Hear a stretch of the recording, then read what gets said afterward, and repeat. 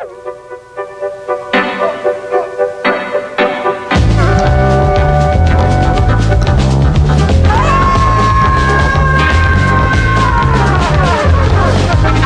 eu sou Juca Kfouri e vou conversar hoje com o professor João Batista Freire.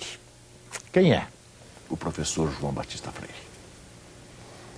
Eu sou...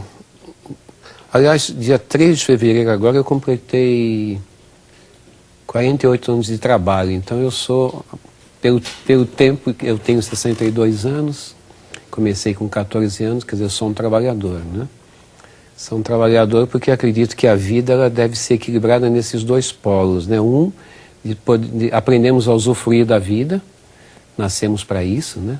Temos um compromisso ético de viver, e outra de repor aquilo que a gente consome quando usufrui da vida, que a gente faz trabalhando, né? Então, acho que esse equilíbrio entre estar bem com a vida, gozar a vida, usufruir da vida e trabalhar para tornar a vida sustentável é o que eu procuro fazer na minha vida, procuro caracterizá-la agindo dessa maneira, né? Então, sou um trabalhador e sou um gozador da vida.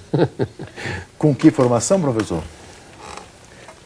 Tem a formação oficial, eu sou formado em Educação Física, licenciado, né? Uma antiga licenciatura.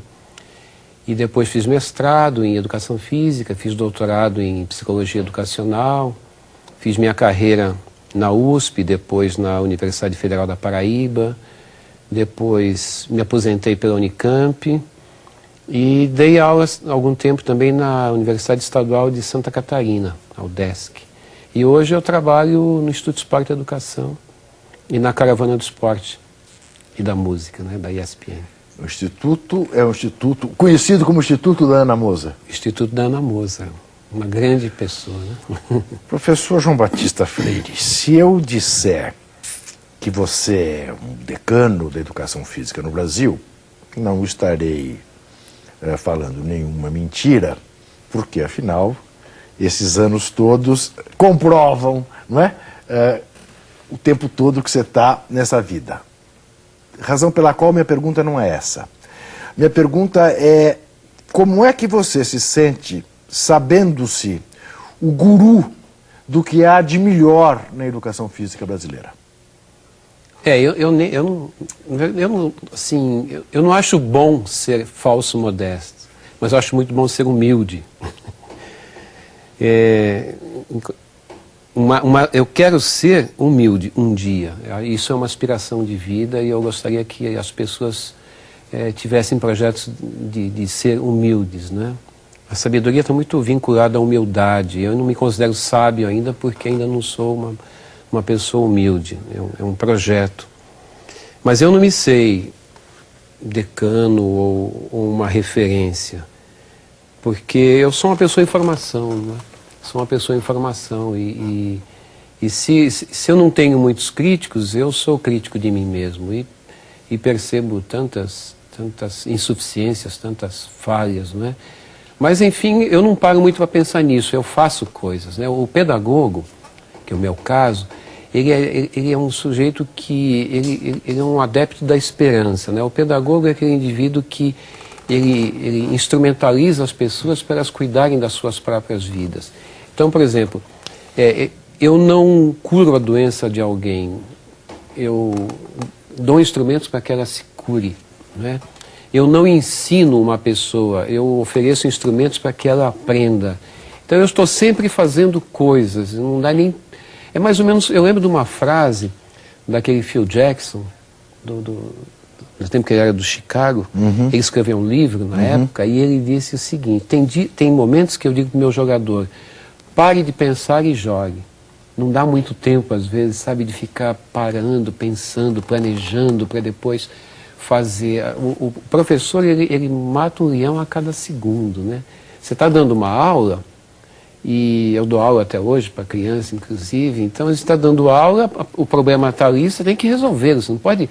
Peraí, vou lá para o laboratório, vou resolver... Não, eu tenho que resolver aquilo na hora, né? Assim é que funciona o professor. E eu não sei ser outra coisa que não professor. Eu só sei ser professor. E professor é o sujeito que está fazendo coisa. Então, essa história de eu ser decano, ser referência, eu nem sei. Se alguém quiser falar isso, eu também não fico bravo. Pode falar. Mas eu não me sei assim, né? Pois então, deixa eu lhe contar uma pequena história, que talvez só Freud explique.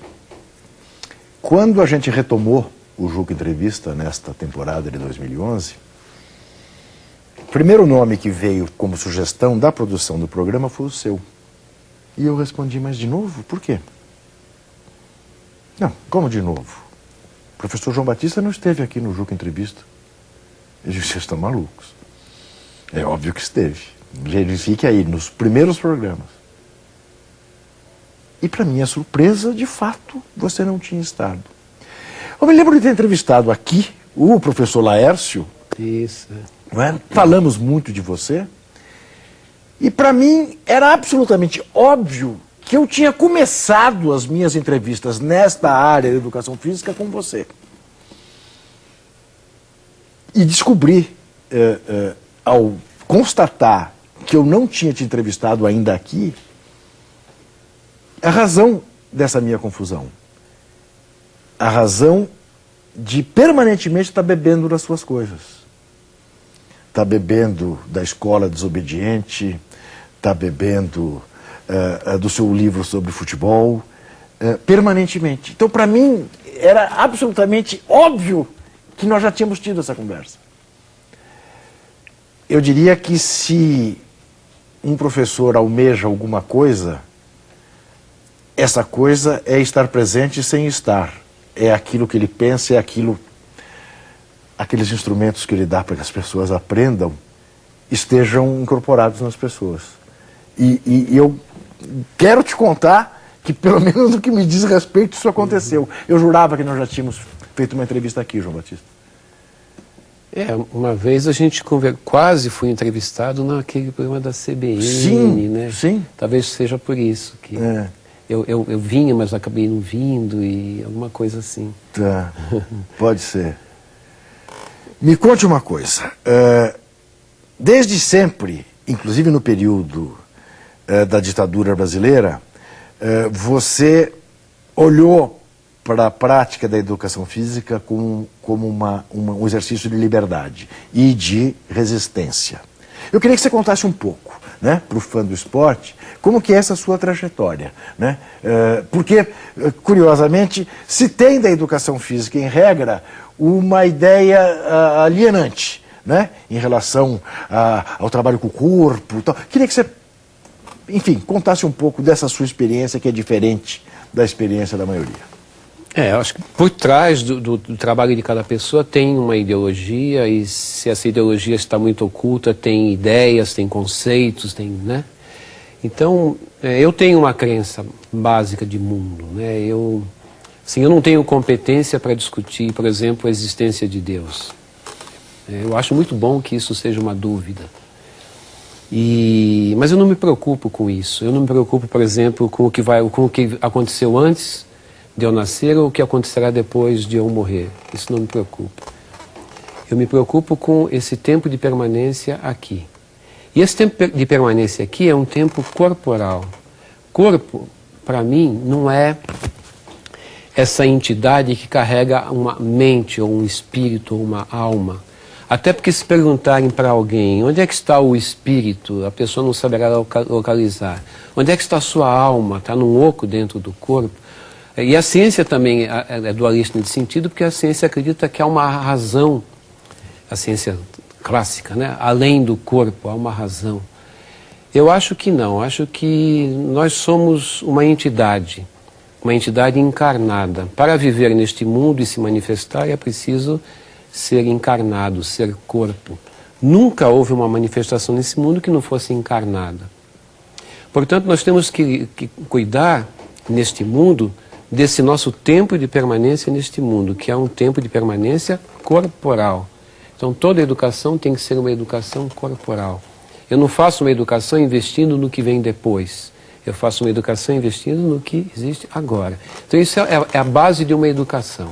Eu quero que as pessoas aprendam a viver corporalmente. A educação física, para mim, é uma disciplina que ensina as pessoas a viverem corporalmente, que lhes ensina a ser corpo e aceitar essa condição.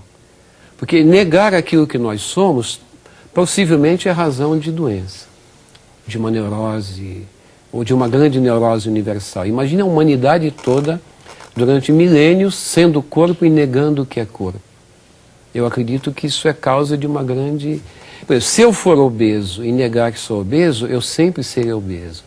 Se eu for magro e negar que sou magro, poderei virar anoréxico. Se eu sou corpo e nego que sou corpo, possivelmente eu estou produzindo alguma doença.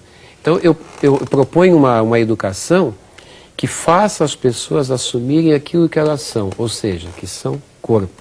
Isso para mim é base de uma educação física, e um nome melhor talvez seria uma educação corporal.